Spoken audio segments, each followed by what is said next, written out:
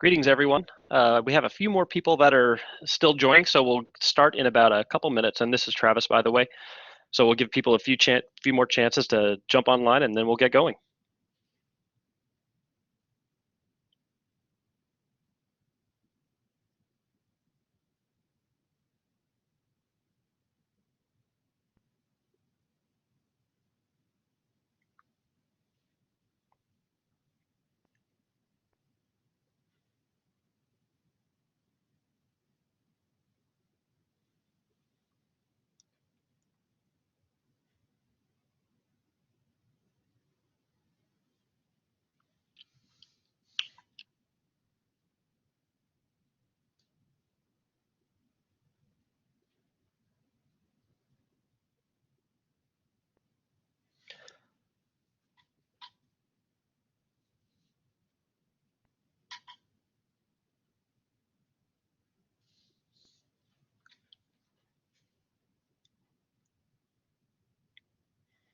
Okay, I think we have enough people on to get started, so let's kick it off.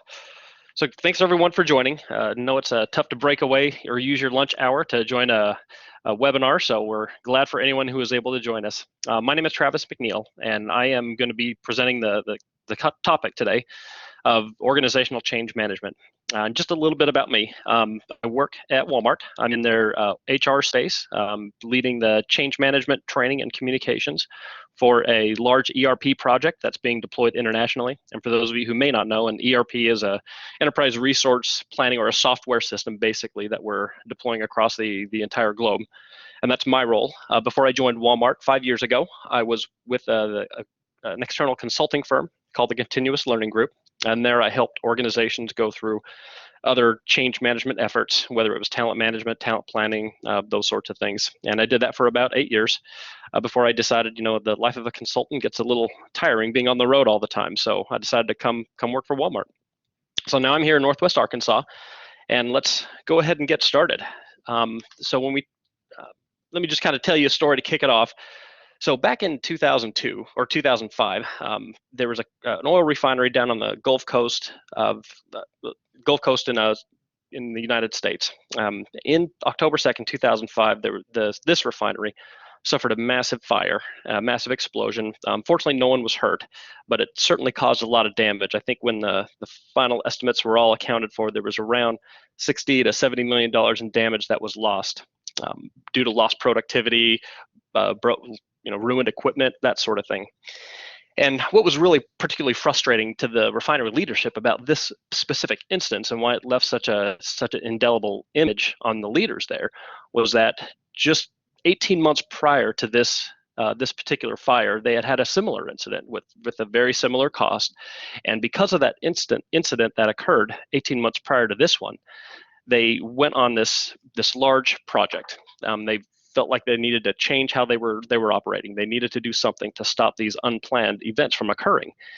And so they went out and researched all the latest and greatest software that would help this refinery better predict when these incidents would occur. So they found the system and the software, and they found the processes and the tools that they would need to be able to better predict when these incidents might occur. They also set up a project team in the refinery, the best and the brightest that this refinery had to offer, and developed the project plan to implement this program. 9 months later, they successfully deployed this project, the system that would help them evaluate how well their equipment was performing and when they can predict when the equipment was about to fail. So they came in on time, on budget, and everything was great. And then, several months later, this incident occurred, and it had occurred to them that no one was really following the new processes or using the new tool the way they were supposed to do. So they had clearly successfully executed the project, but yet no one had adopted the new way of working. And so they were left kind of scratching their heads going, was this project successful? And they decided that it wasn't successful because no one was actually using it. And so as they continued to try to decide what had gone wrong, they basically came down to there were two things that happened. People weren't doing what they were supposed to do, but they were trying to decide, was this a problem because they couldn't do it, or was it a problem because they wouldn't do it? And you have to tackle each one of those questions very differently. And the way that they tackle it was they asked the $1 million question. So if you paid each one of these people $1 million to do what it is that they needed to do, could they do it? And if the answer was yes, they could, then it clearly wasn't a can't do problem. It was a won't do problem, which requires a very different solution. And that's where we try to tackle with organizational change management, is making sure that, if there's some change that is occurring in a project that you might be leading or you might be a part of, that's going to require someone to do something differently. You need to have some sort of focus on what is that behavior that needs to change to make it successful. Now, if you look in the literature that's out there around the different change management methodologies, there's a handful of them, and I won't go through all of them, but here, this one that you're looking at here is called the Accelerating Implementation Methodology, AIM methodology. McKinsey has their 7S model for implementing change. There's another group out there called ProSci, which they're one of the leading firms in change management. They have their ADKAR methodology. John Cotter, who's one of the pioneers of change management, he has his 8 steps. Here at Walmart, we do have our own change management methodology. We grew it internally. But when you look at all these different methodologies, it's easy to get confused as to which one is the right one and which methodology we should use.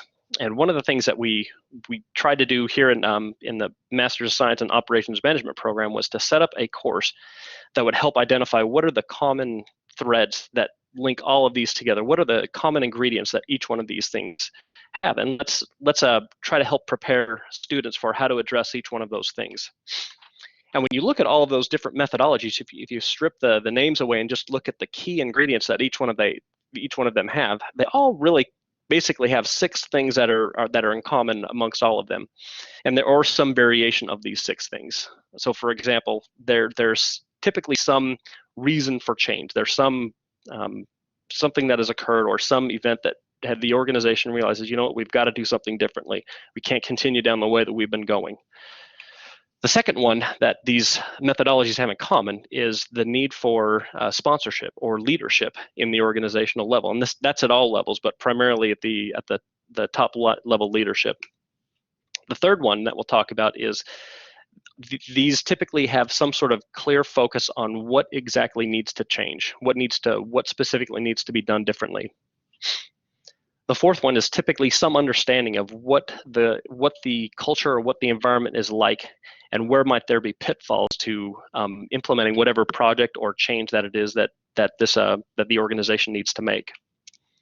Fifth one, there's typically some preparation that occurs within the business, whether it's training or whether it's communication or a combination of the two. There's some way that you get the organization ready for this change that we're about to embark on.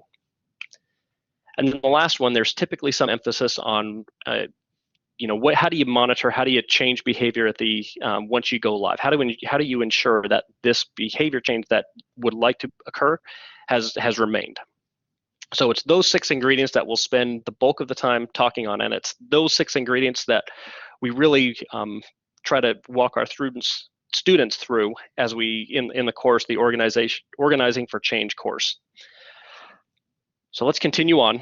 So if we know that behavior change is critical for any organizational change, here's one thing that John Cotter had said about changing in an organization. He says, the central issue is never strategy, structure, culture, or systems. They're important, but the core matter is always about changing people's behavior. And so in that spirit, let's take a quick detour, and then we'll come back to the 6 ingredients. But let's take a quick detour and talk about the science of behavior. And if you're looking to change behavior, how do you change behavior for an entire organization? It sounds pretty daunting. Fortunately, there's an entire field of science out there called behavior science that really helps kind of break it down into how you can arrange the environment in a way that you can get the behavior that you need to occur more often. And it's that science that we'll spend just a little bit of time on. And as you go through this, you'll see that you recognize that you've probably used this in the past or you've seen others use it. But it's really can be broken down into 3 components: antecedents, behavior, consequences. Now, when you look at the behavior in the middle, that can be anything that we say or do. The antecedents on the left-hand side, those are any things that trigger or start a behavior, get a behavior going. And the consequences are really what comes after the behavior. I know it sounds pretty elementary, so forgive me. But when you look at it from a influencing point of view, just think of the antecedents and the consequences play a different role. And oftentimes in organizations, there's an overemphasis placed on antecedents and not enough emphasis placed on consequences. And a good example of this is if you look at a traffic light. You come up to a red light, the antecedent is the red light, you push on the brake pedal, which is the behavior, and the consequence is that you don't get in a wreck. If you look at the speed limit sign, as you drive, people that drive down an interstate, oftentimes people will speed. Well, that speed limit sign is still there. It's still telling you that there's some sort of something will happen if you speed. But why is it that we're less likely to obey that speed limit sign, which is still an antecedent, but we're much more likely to obey the traffic light when it turns red? Well, the answer is the consequences. The consequences are very different in both of those situations, which really drive our behavior. And that's where I think we tend to undervalue the power of consequences when we go through an organizational change. Now, what we mean here is exactly what we just said. When you look at changing behavior, antecedents are critical and you got to have them. But consequences are more important after the behavior has started. If those consequences aren't aligned, then it's going to be more challenging to get that behavior to occur. Now, I will say, when we talk about consequences in the context of organizational change management and throughout this presentation, we're really talking about consequences as a neutral term. It's oftentimes we can think that consequences are a bad thing, but it's just something that occurs, whether we want them to occur or not. They just occur after behavior. And so that's the context in which we're talking about consequences here. Is they're not a good thing, they're not a bad thing, they just occur. And so if you go back to the refinery example, if we were to play out what exactly happened in the refinery, why didn't people do what they needed to do when it came to following the new processes? Here's how it would look like in the science of behavior. The behavior that people needed to perform, the operators in this case, they needed to use the new tool, which was a handheld device that would capture data and report items that were out of range. The antecedent that was there was their supervisors kicking off the program telling the operators that they needed to use this new tool. However, when you look at the consequences that were occurring when they first rolled out these new tools and new handheld devices, there were a lot of consequences that weren't taken into account. For example, on a team of 15, there were only 4 to 5 handhelds that were operating at any given time. That was a problem. When operators found that a piece of equipment wasn't working properly and they reported it to people to fix it, oftentimes those repairs weren't completed. And a lot of these operators, when you keep in mind along the Gulf Coast, a lot of these operators were high school educated people, so they were 20 to 30 year employees of the refinery, and so they often weren't as technologically savvy as other people were, and so it was very uncomfortable for them. And so you had some 20 to 30 year operators who had been very successful in that role for their career, and all of a sudden they're introduced with a new technology, and they all of a sudden didn't look so good as they were before, and it often slowed them down. They weren't able to do the work at the same pace that they used to do before, and this caused their supervisors to get frustrated. Yeah, the very same supervisors who asked them to use the new tool. They were focused on production, and these new tools, these new devices were getting in the way of that. And so these supervisors were coming down on these operators to, that they weren't meeting expectations. And lastly, it turned out that all of the data they were recording that was supposed to have been reviewed by other people, they found out that managers weren't really looking at that data anyways. And so you have all these operators taking all this data, doing all this work, and they're thinking to themselves, why am I doing this? I'm just going to go back to the old way of doing things because that was easier and I was more successful in that role. And so you can see kind of how the power of consequences really drives the adoption of a new program into an organization. So now let's get back on track and talk about the first of the 6 ingredients that we talked about earlier, which was really setting the vision, defining what it is that we want that the organization will be how it will be different. So in each one of these slides, this one in particular, you'll see a tool up in the top right-hand corner, and that's really to indicate that this is a tool that people can use and that we've used in the past in other programs that I've been a part of. And so this particular tool is really to help the project team or the program team understand, how can we make the case for change, if you will. And in this particular case, it was to determine, find out what's broken, why it's in fact broken, what happens to the organization or to the business if we don't make this change, if we just keep going the way that it's been going. And then also paint a picture of what life will be like after this change is implemented. Specifically, what will the business benefit be? But then in addition, how will people's behavior benefit or be benefited by going through this change anyways? Now, the key caveat that most change management practitioners and project leaders will say is that the path that you go down for this change, there's an assumption that the direction that the leaders choose is the right one. Now, in the case of the refinery, I mentioned to you earlier that in 2004, they in that center bar there, the refinery spent about $192 million in unplanned shutdowns. The year 2005, which was the one to the left, they spent $136.7 million on unplanned shutdown.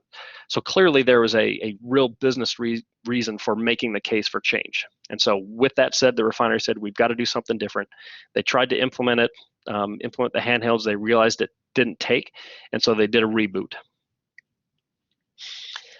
The second key ingredient that's needed in any organizational change management or project is sponsorship. There has to be some degree of leadership that will be needed to ensure that this program is adopted properly. Now, this is a study that Deloitte conducted a while back, where they assessed several change projects that didn't go well. And they really identified that there were several reasons why, but the top two reasons that most projects were considered a failure. The first one was resistance by employees. So you saw the case in the refinery where the employees clearly just didn't want to use the new system because it was made them look bad. The other one is the inadequate sponsorship. Now, those two do play hand in hand, but the programs that have, if you look at programs that go really well and ones that don't, typically you can find that it's one of these two reasons of why it didn't go so well. And the ones that did go well, you'll typically find there was great sponsorship and great preparedness of the employees. And ProSci, who I mentioned earlier, was another one of the leading change management firms that are out there, is they also do similar studies every year or every other year, and they identify the exact same, very consistent themes, that it's sponsorship and resistance by employees. And so what is it that sponsors do that makes some more effective than others? And we typically break that down into the 10-20-70 rule, which is 10% of the time, good sponsors are ones that clearly lay out the expectations and why there's a change that's happening in the first place. They spend 20% of their time really trying to model the right kinds of behavior or providing the right kinds of resources for the employees to be able to meet those expectations that they've laid out. And then they spend 70% of the time. So really the bulk of their time is really spent reinforcing people. So after go live, are people following the new way of working? And if they're not following the new way of working, well, what's getting in the way? What can we do to help these employees follow the new way of working? And if they're just not following it because they don't want to, well, then that's a chance for the effective sponsors to say, hey, we need you to be doing this, providing some very real-time feedback to those employees. And in the refinery, you'll see these examples in the refinery. Won't go through each one of them, but in the refinery, when they did the reboot, they had the supervisors and key leadership members clearly stand up and say, this is what we need to do. If we don't do this, we're going to continue to spend lots of money. Under the doing, they made sure that all the tools were there, that they were following up on making sure that engineers were completing the repairs on the equipment when they needed to, and they provided real-time feedback when those key behaviors weren't occurring with the employees.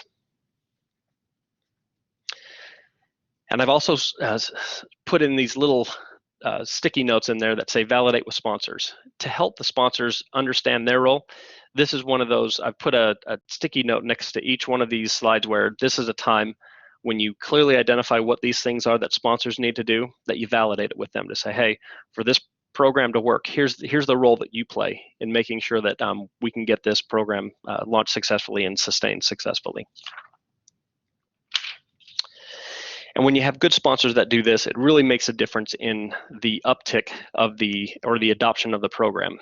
You know, if you have ineffective change management where there's not a lot of communication, not a lot of training, not a lot of sponsorship, then the chances of the program getting launched successfully are pretty small. If you have a change management program that relies solely on communication, then you might get minimum acceptable levels, but you might not be getting the full realization of the benefits. But yet, if you have the good sponsorship and the good identification of who needs to do what, then you increase the chances of your project being successful. And here's one other tool that we thought we'd share with you, which is one way that we evaluate sponsorship on a program. And this particular example was a tool that we've used in the past to highlight to leaders how well leaders are, how much sponsorship they have towards the program. And this particular example, we assessed 67 leaders across the business, across an entire year that this project was being deployed, just to see, you know, how much about the program did they have an awareness about the program? Did they understand the program? Were they willing to adopt the program, which is really about, you know, I'll do what you tell me to do, but I'm not going to be a champion for it? Or are they willing to commit, you know, which is someone who will stand up and really drive the program within their organization? And we wanted to understand where those 67 key leaders were at any given time in the program, so then that way we could share that with the sponsors. And again, validate with the sponsors. So let's go to the next ingredient, which is the third, where it's having a clear understanding of what is in fact changing. So I'm going to ask you guys to take just a quick second here to define in your own terms. You don't have to share it with the people on the call, but just think through, how would you define these following terms? The first one is be more adaptable. And the second is think strategically. Now I'll give you 5 seconds to think through how you might define these two.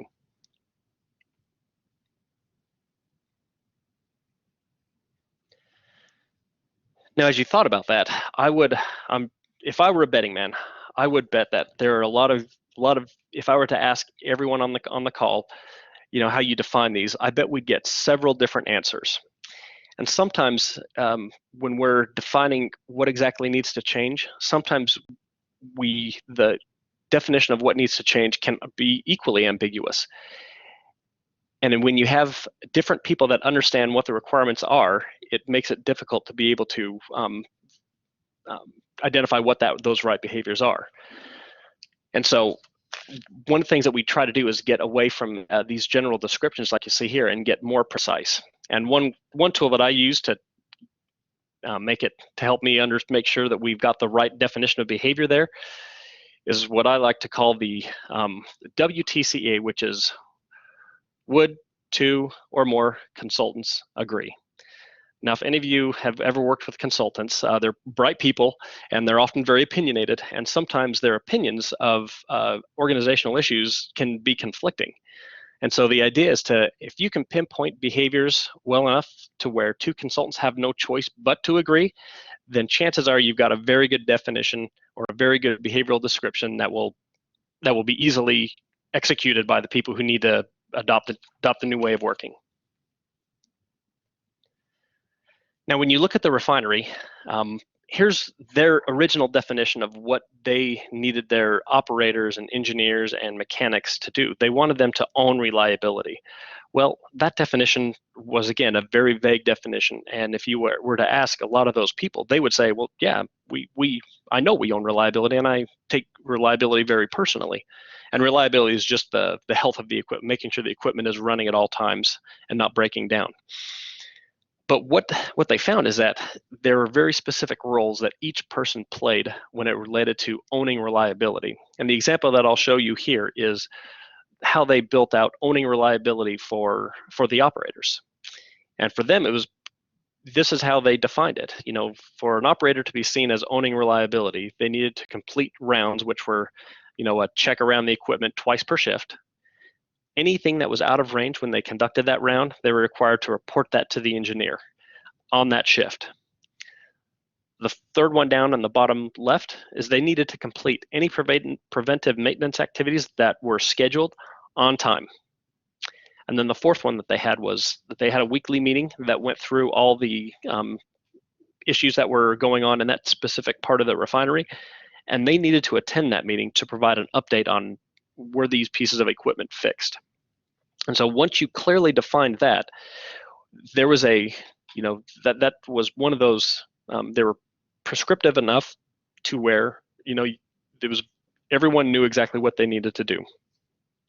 And so once you've defined those behaviors, one of the next steps is to how do you determine, what's the likelihood or what other impacts might there be by making this change in behavior.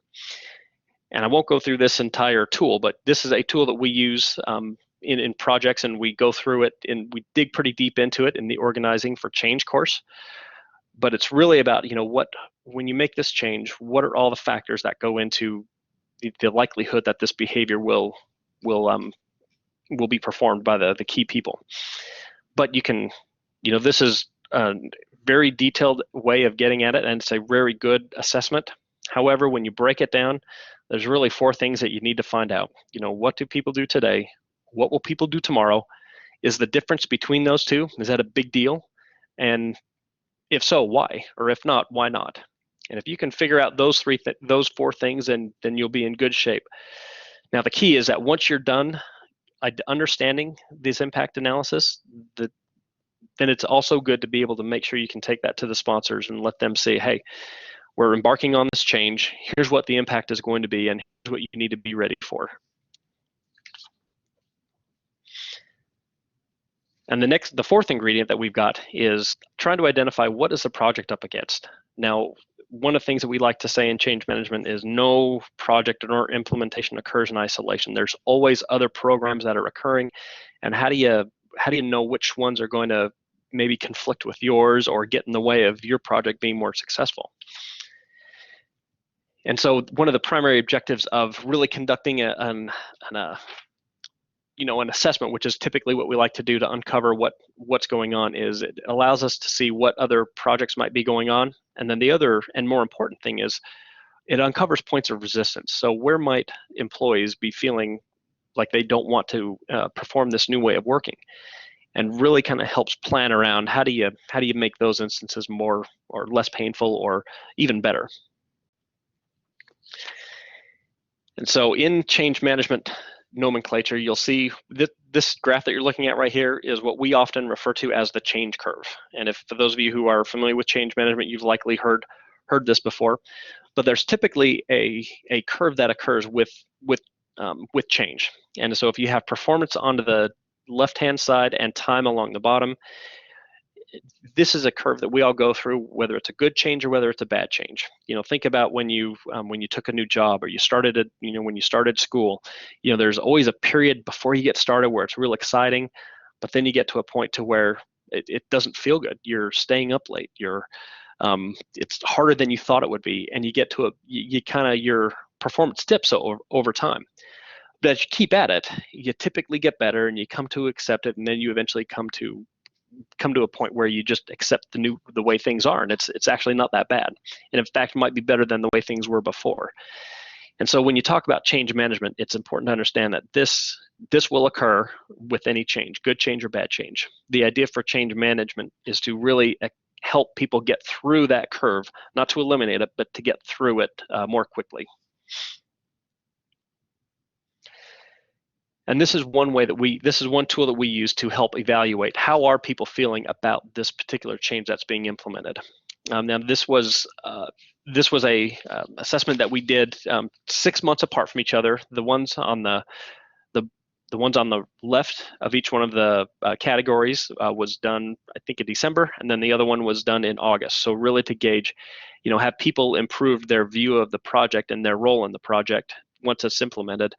And if not, what do we need to do differently as a program to help better prepare them for that implementation? And that was done by a survey, but it doesn't have to be a survey. There's other ways that you can, and I'm just going to build all of these out so you can see them. When this one was actually done with focus groups and one-on-one interviews, and this was the refinery example, where when you talk to some of the people about why it was difficult to implement that new software system and the handheld devices, this is a lot of what we heard. This is just the next flavor of the month. That might be something you've heard about in the past, or the training consisted of a 15-minute orientation to the new system. Or my favorite one, which I sometimes to this day I still am amazed that this occurred. It's if you can follow my cursor, we had one supervisor in particular who absolutely refused to give any constructive feedback to his team. And through the reboot of this program, his leadership asked him, say, we need you to give feedback if these guys aren't following the processes and aren't completing their rounds when they're supposed to, and aren't reporting items that are out of range. If they aren't doing that, we need you to give them some corrective feedback. And this particular supervisor said, you know what, I will retire. He was a 25, 26-year supervisor. And he said, I will retire before I have to give corrective feedback to my guys. And sure enough, he ended up retiring after that specific direction was given to him. So giving feedback is not, and we'll talk about this a little later, it sounds easy to do, but it's actually quite difficult. It's simple, but it is difficult. And so these are all the things that we found in the refinery example that were getting in the way of the adoption of the new way of working. And so how do you mitigate against resistance? And we've got a few ideas here now. Most of you probably use a lot of these as you're building out your projects, but involve as many people as possible. The more people can be involved in the early stages of the project, the more they'll become familiar with it, and the more willing they are to become champions, and they feel like that they have some investment or skin in the game, if you will, for the specific project.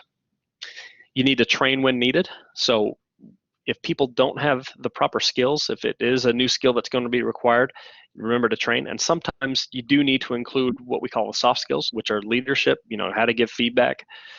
So sometimes that might be needed. Another way you can mitigate resistance is to leverage credible people. Involve some people that might be fans of the program or fans of the need to change, doing something differently, and have them participate in the program and be your champions outside of the core project team. And then communicate often. The more you can communicate about what you know and what you don't know about the program, the more likely it is that people will be receptive to the changes that are occurring. And there's a handful more that could be used. These are just a few tips and tricks that we've learned over the years. And once you identify all of these points of resistance and can know where there might be some hot spots and know how to mitigate those, best to take that back to the sponsors and let them see what it is that you're doing, and then leverage them, because there might be things that they can do to help mitigate against this resistance as well. Now here's a point that might sound conflicting of what we've just discussed, but just recently the conference board conducted a series of studies of 348 companies across 412 projects that they had implemented, and they found 7 common themes, but here are 2 that were particularly interesting here, where they found that of all of these projects, employees have to get it, not like it, meaning that they don't have to be fans of the program, they have to know what their role is and how to do their role, which goes on to the next one, which is employee readiness, not willingness, drives the change success. Again, which means that the more employees know about what their role is and how to perform their role, that's a greater indicator of success rather than the willingness for them to adopt the new way of working. And so how do you get the organization, your employees, your managers, your sponsors ready for this change that you're about to implement? Here's a little cartoon that I'd share with you. Yesterday, I changed everyone's password to password.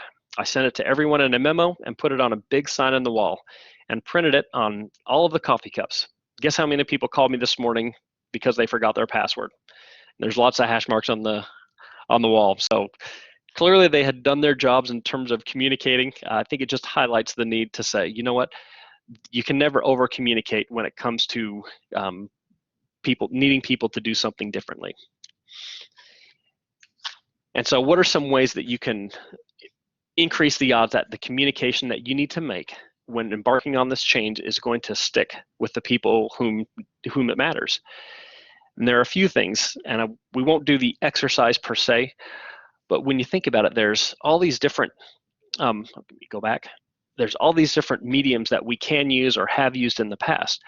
But the thing is that sometimes we gravitate towards one or two of those ways and forget that there are other vehicles that we can use. For example, the email memo, that's a common way for people to communicate and feel like that they can check the box and say, all right, I've done my job, I've communicated. They should understand because I've communicated. Well, there are trade-offs. Depending on the change that you're implementing, sometimes the email might not be the right way to go. If you're talking about an organizational structure change, is there a better forum? And that's the idea with each one of these mediums, is that there are pros and cons to each one. And sometimes you need to use a multitude of these as you're communicating whatever change it is that you need to do. And the communicating is important, but all as important is the sequencing of the communication. So here's the example that was used in the refinery, where if you, the go live date was October 15th, and who was doing the communicating was the supervisors to their direct reports in a team meeting. So a supervisor talking to their operator saying, we need you to use the handhelds. But if the supervisors are going to be effective at delivering that message, they also need to be adequately prepared to deliver that message. And so what's the proper amount of time? In this case, it was 2 weeks before. So a communication was given to the supervisor 2 weeks before they had to deliver a communication, walking them through what that communication would be, giving the supervisors a chance to get used to it and become familiar with it, so in that way they could be effective when they needed to deliver the communication. But in order for their supervisor to effectively deliver that communication, their boss needed to be prepared to deliver that communication. And you can see this went up through the chain of command, each time the manager delivering the message to their direct reports. Now, you can see that the go live date was October 15th, but the first time that communication occurred was really about 2.5 months before the go live date. So that's why it's important to plan these sorts of communications and the way you're going to communicate, what you're going to say, well in advance of the go live date. And oftentimes it can be tempting to wait to about communication 2 to 3 weeks prior to go live, and just be aware that if you don't invest the time in thinking about that communication, your implementation might be suboptimal. And there's one last box that's left open there, and let's fill that in. And that's really about after you've gone live, it doesn't mean the communication stops. And in fact, sometimes the communication and interaction between managers and supervisors needs to increase for a period of time to ensure that people understand the role. If there needs to be additional training, what might that training look like? How do you get more training in there? If people have questions about their role and what the changes are, let them get used to it. And so more communication after go live is almost as critical as in fact, I would argue more critical than the communication that occurs prior to go live. And again, before you actually start this communication plan, make sure that the sponsors of the program and sponsors in the business understand what that communication plan will look like, so then that way they can properly support you and the program as they need. And now we'll get to the last ingredient, and I would argue one of the most important ingredients in organizational change management is the reinforcement piece. And this is all the things that occur after go live. And so if you look at a typical project, now some of you might recognize a chart similar to this. The red line indicates, the red line up at the top left hand of that graph represents the ownership of the project. And at that time, that's the program team or the project team. And they own developing it, testing it, making sure that it works. The bottom left hand of that screen, the orange line, is the business, or who will eventually be the end users. Now they have very little investment, but over time, as you get closer to go live, there's a greater investment. But then there is going to come that period of time when the program team then hands off to the business. And the business is then expected to use the tools, system, processes, whatever it is that you've implemented, and take it from there. And the program team eventually fades off into the sunset to off onto the next project team. And for organizational change management, it's that handoff. That's really that what we call the critical period, where it's, you've implemented all the antecedents, as we like to call, you've communicated, you've trained, all of those are antecedents. But is the proper care and feeding being given to the employees who have to operate in this new way of working? It's going to be uncomfortable. They're going to be unfamiliar with some things. How are those employees going to be supported? How are they going to be reinforced when you go live? And that's one of the roles of change management, is to really help map out what that reinforcement plan looks like for those first 2-3 months after go live, to ensure that those employees who are doing what they need, or if they're doing what they need to do, that they're being properly recognized. And for those that aren't, that they're being properly supported and encouraged to begin working in the new way of working. And so we looked at this slide earlier, so we'll skip through it pretty quickly, but clearly the antecedents are important, got to have those, but after go live, those consequences really begin to become more and more important. And so what do the consequences look like, or how might this look like when you're going through implementation, the antecedents, behaviors, and consequences? If you have the end user, they may need to use a new system, but there are things that are going to get in the way. Remember with the operators, not enough tools, they look slow, so they didn't use it, but nobody told them they needed to use it, so there was no real reason for them to do it. But if you add the supervisor there who is managing them, the supervisor's behavior is to really ensure that the end user has a proper training, understands the expectations, has any job aids that they need, and the consequences that they provide are positive feedback for following the new way of working, and constructive feedback if they're not following the new way of working. But that behavior of the supervisor is also dependent on their manager. Their manager needs to be paying attention on whether or not that supervisor is doing what they need to do, and on up through the organizational structure. That vice president also needs to make sure that that business leader is holding their teams accountable for adopting the new way of working. So that's how you can see the antecedents, behaviors, and consequences laid out, and how it cascades throughout the organizational change process. And so we'll spend the remainder of our time really drilling down on the consequences and how we might be able to make those consequences more effective. And when you think about it, positive or feedback on performance is really one of the cheapest and most effective ways that a manager can encourage behavior to occur. This is not rocket science, but as we learned from that supervisor in the refinery, it's not easy either.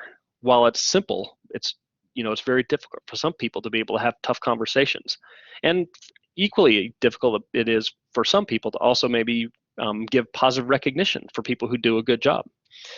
But to ensure that your change management or your project is successful, if it requires behavior change, there needs to be some sort of feedback to the end user or to the performer on how are they doing in adopting the new way of working. Positive feedback is a great way to reinforce behaviors that are being performed the right way. And even if they're not perfect, even if they're being reinforced for progressing or for even trying out the new way of working, sometimes that's all that's needed to continue that behavior along. If the behavior isn't occurring and it needs to occur, that's a chance for the manager to really provide some constructive feedback. So telling them that they need to start performing in the new way of working, and decreasing any, if they revert to the old way of working, making sure that is decreased. The most important part here, though, is that not giving feedback is still giving feedback. It's just having an effect that the manager or the supervisor might not want. So in the case of the refinery, there were employees who were really trying to do the right thing by capturing all this data. But if no one was telling them that they were doing it right, or that that data was even helpful to them, they got the message, all right, they really don't care. And so they stopped performing in that new way of working. So even if a manager doesn't want to give feedback, they're still giving feedback. It's just probably influencing the behavior in the way that they don't want. And the best thing about it is it's cheap. It doesn't cost you anything. You don't need to go to Office Depot and buy a stack of feedback. People have feedback right with them.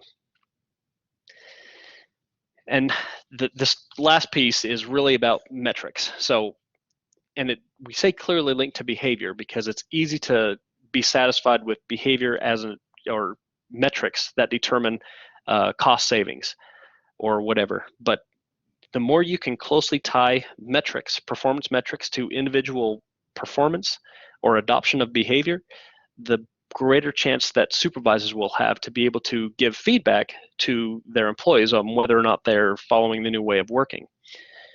And then let me just share with you a couple examples of what it looked like in the refinery.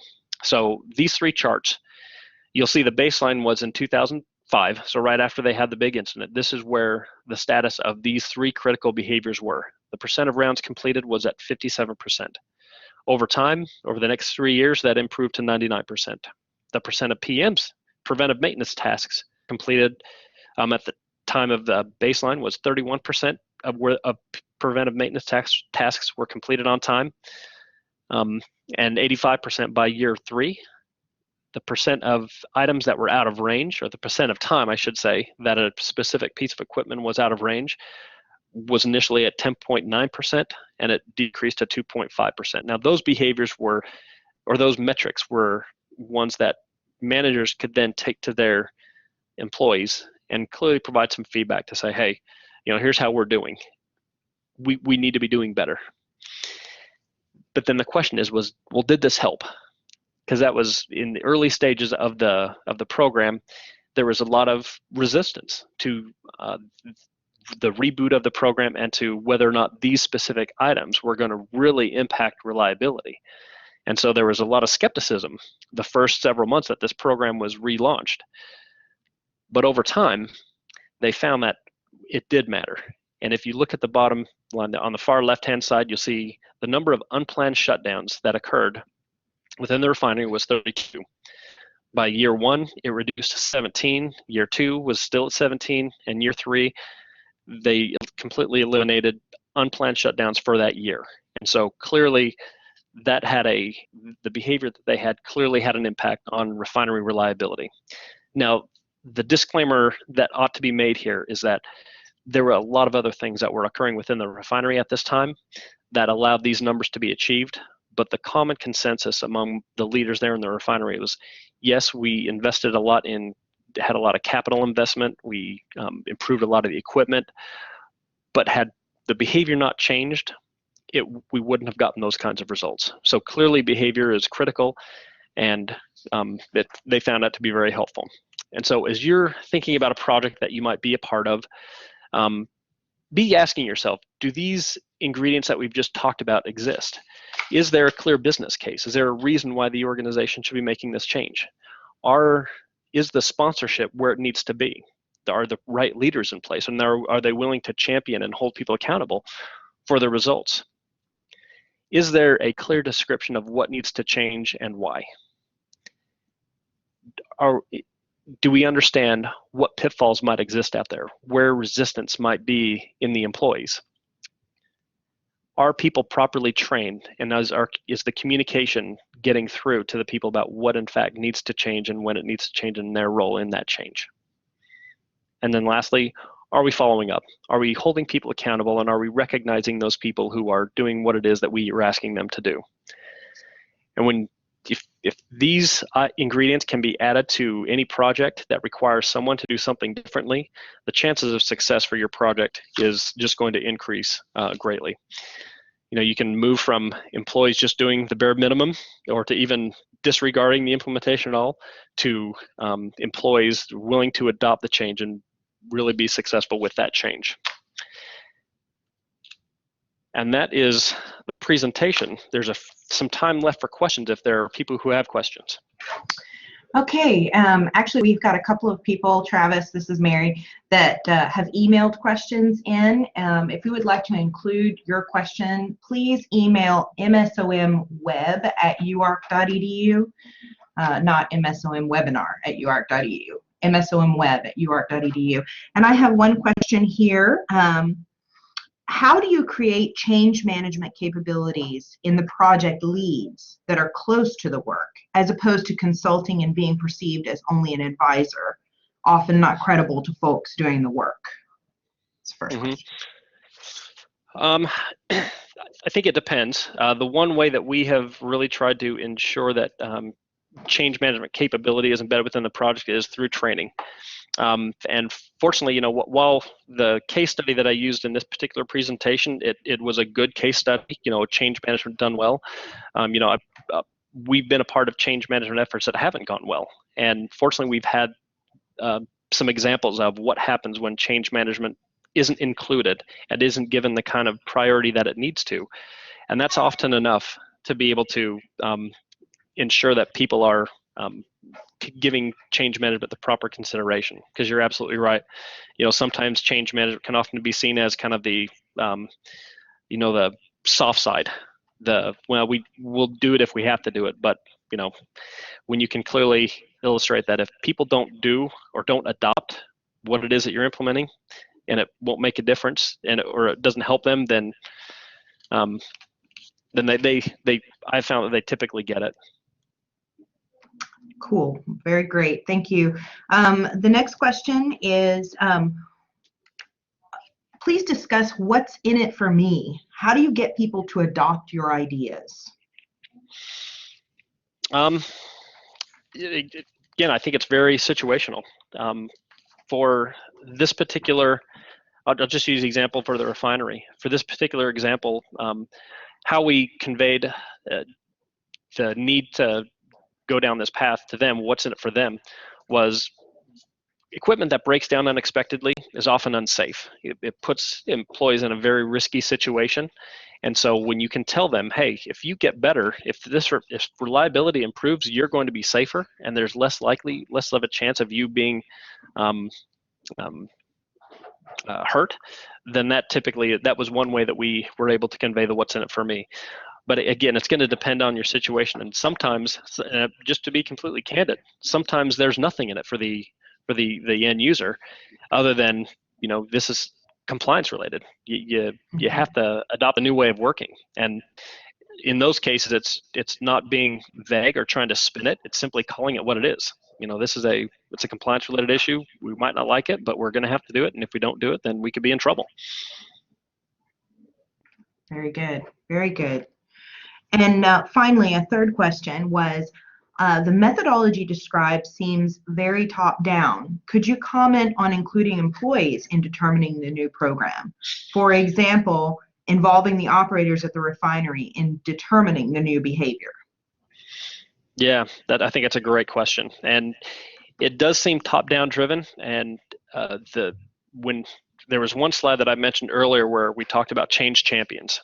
And I'm a big advocate that any project that you're on, you've got to have some change champions. And those are what I like to call a cross-section of the organization, which means employees at the frontline level, employees at the supervisory level, employees at the manager level, and employees at the executive level.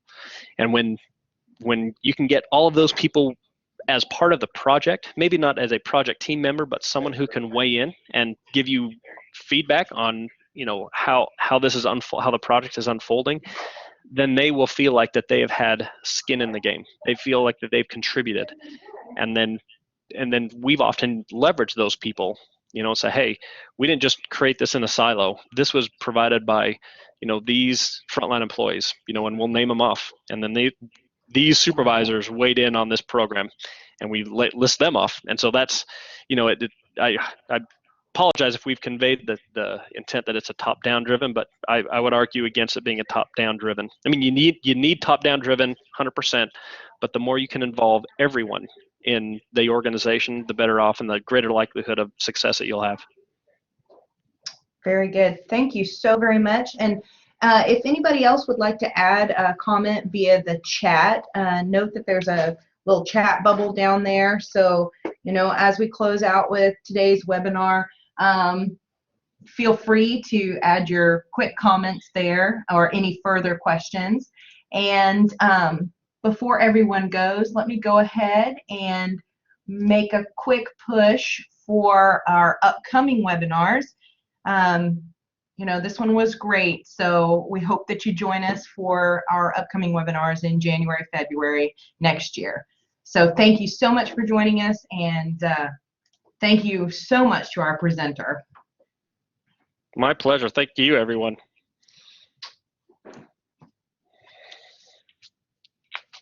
Lots of great comments coming in.